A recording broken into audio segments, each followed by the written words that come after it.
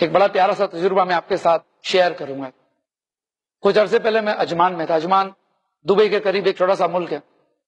فجر کا وقت تھا, میں وہاں پہ نماز پڑھ رہا تھا, فجر کی نماز.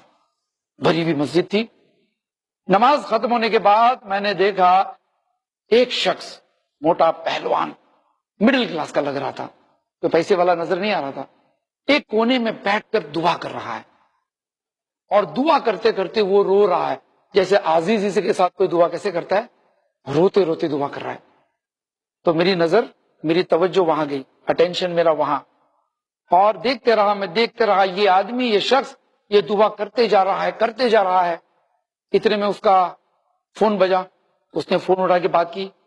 میں مسجد میں بیٹھا ہوں, صرف اللہ ہی سے تو دعا کر رہا ہوں اور کوئی چارہ ہے نہیں.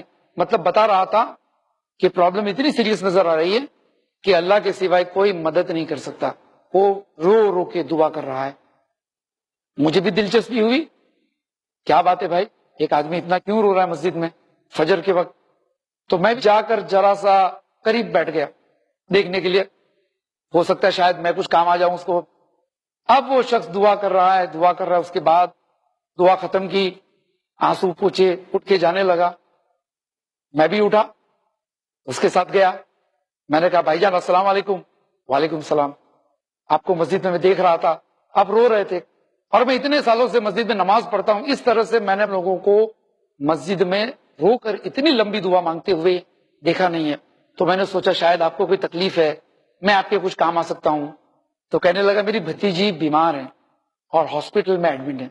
اچھا دیکھو, بیٹی بھی نہیں ہے, بھتیجی ہے, بھائی کی بیٹی.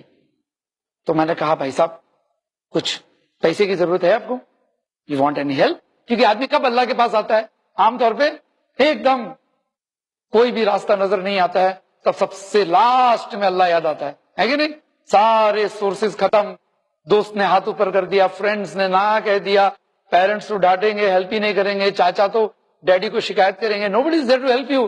سب سے مدد مانگنے کے بعد پھر کہتے ہیں ایاک نعبد و ایاک نستعین, اے اللہ ہم تیری ہی عبادت کرتے, تجھی سے مدد مانگتے, حالانکہ سب سے لاسٹ میں ہے کہ نہیں. ابھی آدمی کہہ رہا ہے کہ میری بھتیجی بیمار ہے اور میں بڑا پریشان ہوں. تو میں نے کہا کچھ پیسے کی ضرورت ہے. بس یہ کہتے کہتے ہم مسجد کے باہر نکلے. تو جیسے ہی میں نے کہا بھائی کچھ پیسے کی ضرورت ہے, تو اس کے چہرے پہ چھوٹی سی مسکراہٹ آ گئی.